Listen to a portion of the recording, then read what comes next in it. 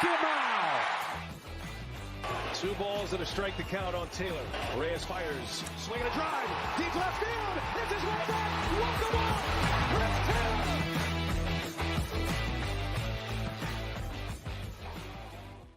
What's up, everybody? Welcome into DodgerHeads Live, presented by DodgerBlue.com. My name is Jeff Spiegel, joined today by Daniel Starkand. And finally, Daniel, somebody who was not on the Dodgers last season is now here. Somebody that cost more than $1.5 million. And hey, a guy that everybody is going to recognize the name. Noah Syndergaard reaches an agreement with the Dodgers, a 1-year, $13 million contract today. We thought the Dodgers needed some pitching help with Tyler Anderson and Andrew Heaney, both gone. Daniel, it appears Noah Syndergaard is the answer to that problem. How do you feel about that?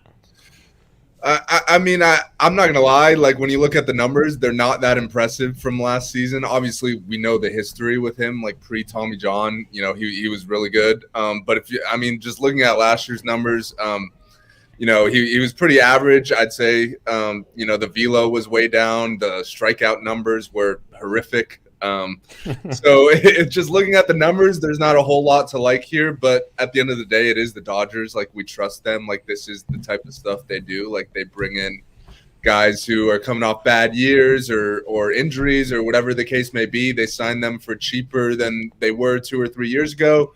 They rehabilitate their image and they end up having a good year, and then they get paid, a long-term deal elsewhere. That's what it feels like. So we'll see if, Thor is next in that list. But on the surface, I didn't like it that much, if I'm being completely honest. Yeah, let's get into some of those numbers. I'll throw them up on the screen for those watching via YouTube. 2022, he threw 134 and 2/3 innings, 3.94 ERA. At that point, you're like, all right, number 5 starter. You'll take that. Yeah. 6.35 strikeouts per 9. That's not very good. 2.07 walks per 9. That's pretty good. Then you get into the StatCast, and I think you get more of a full picture of what's going on. These are his percentiles last season. Exit velocity, 80th percentile, so that's good. Hard hit rate, 79th percentile, that's good. Walk rate, 86th percentile, that's good.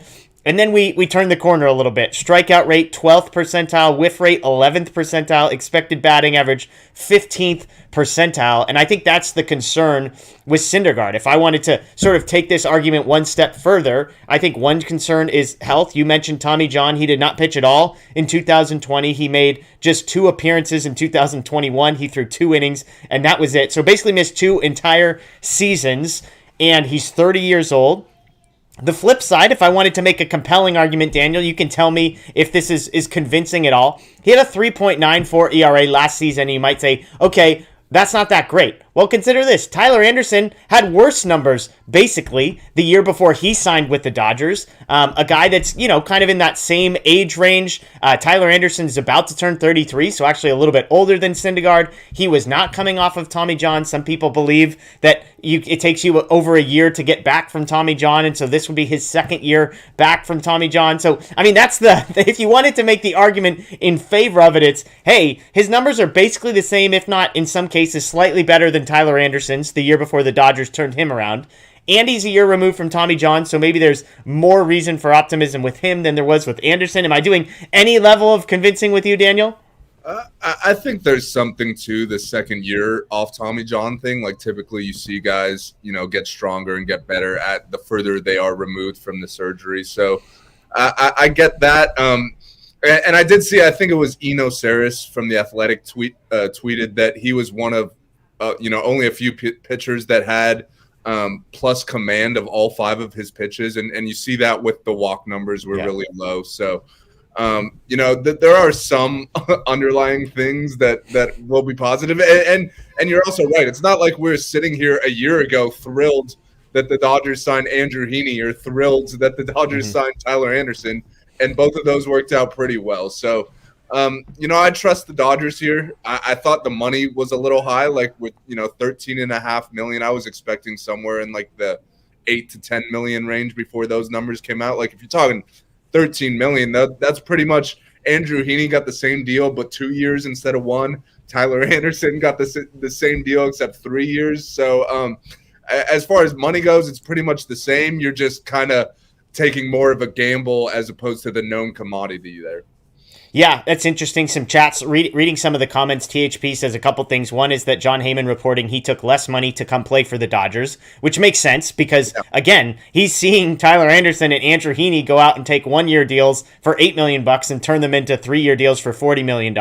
He's also saying that there's reports that Syndergaard's been working at a driveline this offseason, so that could be a positive development. But to be clear, I gave you the pro argument and the con argument. I fall more in line with the argument.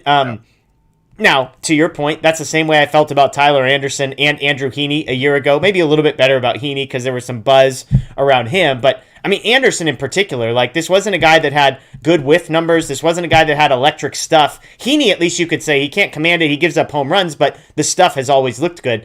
Syndergaard, the velocity and all that stuff is down. The spin is not very good. And so I'm not super jazzed about this. I'm with you. $13.5 million seems like a lot.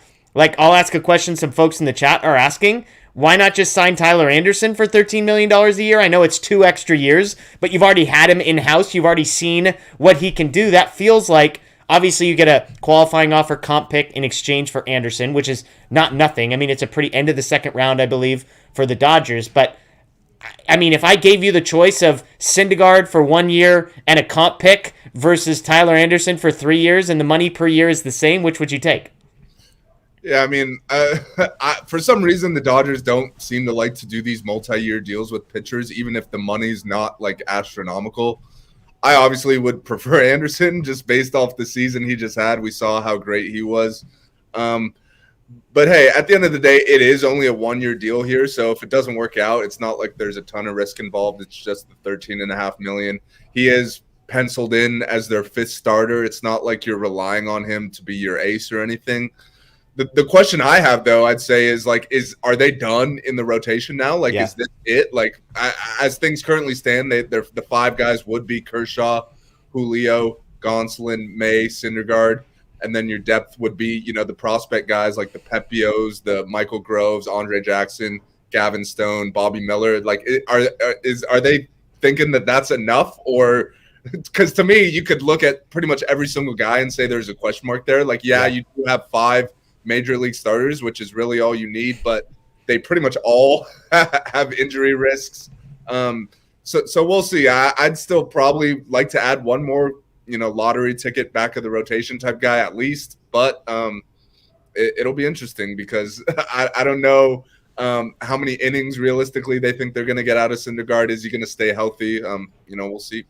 Yeah, and if the Dodgers are planning on staying under this elusive tax, then they've only got about $30 million left to spend, and there's lots of comments in, and we can chat about this in a moment, whether Dansby Swanson is going to be part of this team. His number is probably going to fall right around that $30 million mark, maybe a tick under. We'll see how many years they end up giving him, but that's the interesting thing is, to your point, I would say Julio's the one guy you don't have questions about. He has given you 30 starts a year at a high level for multiple years in a row, but I mean, if I gave you the over on like 23 starts for Kershaw, Gonsolin, Syndergaard, and May, like how many of those guys do you feel great about taking the over on 22.5 starts? Like my guess is not a ton of them. The odds are, you know, that at least 2 of them are probably going to miss 10 starts or something like that. The counter again is, but you also, like, that means you have guys, I would say if Pepio is your 6th starter, if Grove and Jackson and Miller and Stone, if those guys are spot starters and you say, that group of 5, I need to find myself 30 to 40 starts at some point this season, I think you feel pretty good about it, like if we're talking about a number 5 starter, right? So from my perspective, I would be done on the starting rotation. Sounds like maybe, though, you would rather take a chance on one more arm, maybe. I'd say one guy I'd like to take a chance on is Seth Lugo from the Mets. He's been a reliever, and the reason I like him is because he could do either. The reports we've seen is he's looking to start, but he's a guy who kind of pretty much similar to Anderson last year. Like, remember, Anderson did not start the rotation or the season in the rotation. He was in the bullpen to start the year. So you could kind of do the same thing with a guy like Lugo where, you know, if everyone's healthy, he starts in the bullpen, and then as soon as there's an injury, he could kind of fill into the rotation and see how he does there. But I'd like at least one more depth type arm, whether it's a multi-inning reliever or a back of the rotation starter. I still think you need one more guy in there. Yeah, and one other thing coming from the chat is the possibility of, like, is Tony Gonsolin a possible trade candidate now? Like, we're looking at a shortstop market in which Dansby Swanson's the one guy left. Obviously, there are massive downsides and risks to signing Swanson that maybe didn't exist with the three other main guys who have all gone from the market. And we'll have a video tomorrow breaking down the Carlos Correa contract and where the Dodgers go from there. But I mean, do you think, like, is it possible that the Dodgers made this move so that they could trade from that surplus of starting pitching, whether it's a guy like even Pepio or Grove, one of those guys who maybe you doesn't have the ceiling, it doesn't feel like, of a number one or a number two, but maybe a ceiling of a 4, Grove maybe closer to a 5, Pepio maybe closer to a 3. But, like, do you think they signed Syndergaard for Walker Buehler insurance, basically, until Walker Buehler comes back, and then that gives them flexibility to trade one of the other guys? Would that surprise you? I would not rule that out at all. I mean, if you just look at the free agent market right now, like the way starting pitchers are getting paid, basically every team needs starting pitching. And if you have a good one or a young one that's under control for a while, I think teams would be very interested in that. So, hey, we sat here 2-3 weeks ago and we did our offseason plans, and one of my main moves was trading Tony Gonsolin to the Brewers in that blockbuster deal for Corbin Burns and Willie Adames. So I would not take that off the table. We'll see. If they make, like, let's say they trade Gonsolin or one of those other starters for like a shortstop, let's say, then I'll be curious to see. Then what do you do? Do you bring in another starter at that point? So we'll see. But I definitely wouldn't rule it out because I feel like starting pitching is a very hot commodity right now. Yeah, well, it's interesting because if you think about it this way, the Dodgers have, kind of one need right now, and that's shortstop, and they've got about $30 million to spend on said shortstop. There isn't necessarily a guy, again, unless you really believe in Dansby Swanson, which I wouldn't hate that move, given everything that's happened already this offseason, if the numbers were reasonable, which is unlikely. But anyways, but if Dansby Swanson's not the guy, if somebody splurges on him, whether it's the Braves or whether it's the Twins or whoever, then it becomes, okay, you need to find a shortstop elsewhere. You still have $30 million to spend, but there's no shortstop out there. Like, I wonder, is it possible that the Dodgers move a Tony Gonsolin and maybe even a Michael Grove or an Andre Jackson or somebody like that for a shortstop, and then possibly spend that $30 million on a guy like Carlos Rodon? Like, you've got $30 million to spend. You need an impact shortstop, and you've got the rotation you feel pretty good about. So if you can trade from the rotation and replace with money, does that seem like a move that you'd get on board with? Absolutely. I mean, I'm with you. I'm not super high on Dansby Swanson, and looking at the free agent market, he's the only one really left at this point. So if the Dodgers feel the same way, they don't want to go out and give Dansby that huge deal, then they could, like you just said, they could pivot and make a trade for a shortstop and then use that money to sign another starting pitcher if they subtract from what they currently have. Yeah, absolutely. Well, let's end with this. I mean, it's the cliche that every sports website does, but Syndergaard, 1 year, $13.5 million.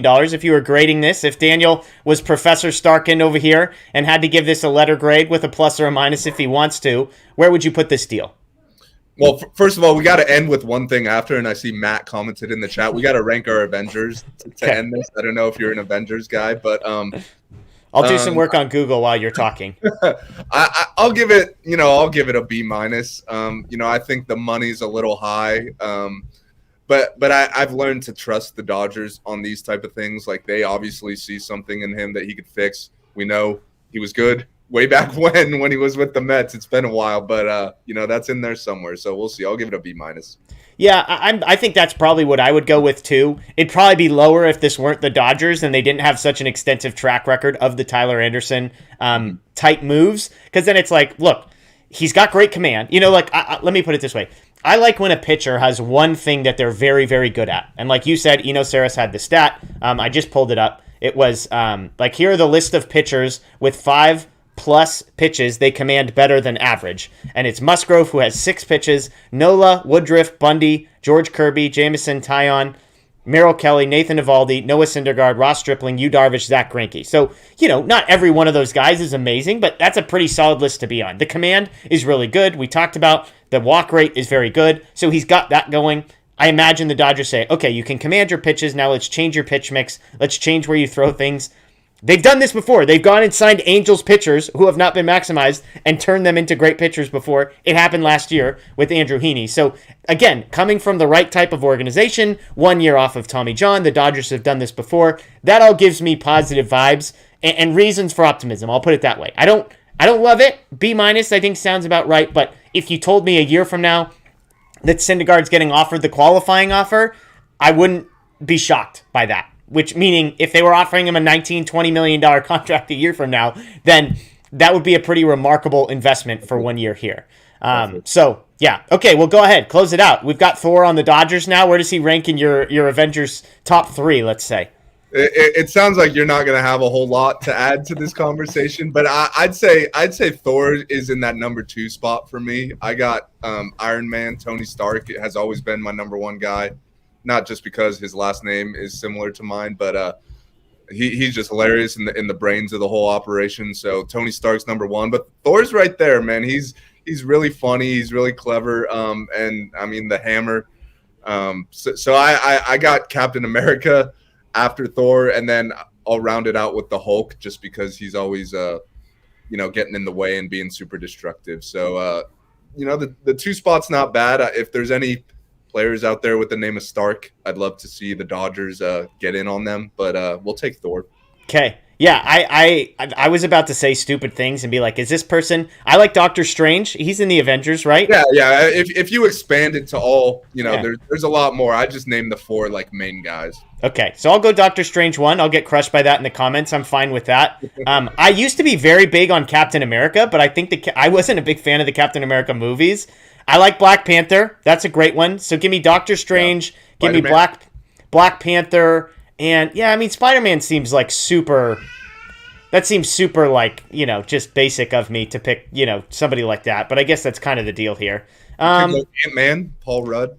Yeah, that's true. I do like the Spider-Man movies. So you know what? I'll go Spider-Man. Those will be my 3. So apologies to Thor. Hopefully, Noah Syndergaard. Look, you get a qualifying offer a year from now. I'll put Thor in my top 3. I was going to say, he's got a year to change your opinion now. Yeah, absolutely. Absolutely. All right. Well, thanks, folks, for joining us live on this one. Daniel and I only had a bit of time, but we wanted to hop in here. Like I said, we've got a Correa video coming tomorrow, so be on the lookout for that. Scott Gierman and I breaking it down. Scott's our big Correa guy, so he needed 24 hours to kind of compose himself, process the loss. He didn't want to have red eyes on the video. So as soon as he composes himself, gets another night of beauty rest, we'll break down Correa tomorrow. That's Daniel. I'm Jeff. As always, we appreciate you guys joining us. Check out DodgerBlue.com. We got a full write-up on this, Dodger Blue 1958 on social media. And of course, make sure you subscribe, ring the notification bell right here on YouTube, because when stuff like this happens, we hop on for live shows. We have tons of breaking news content as well. So enjoy the rest of your day. As always, go Dodgers.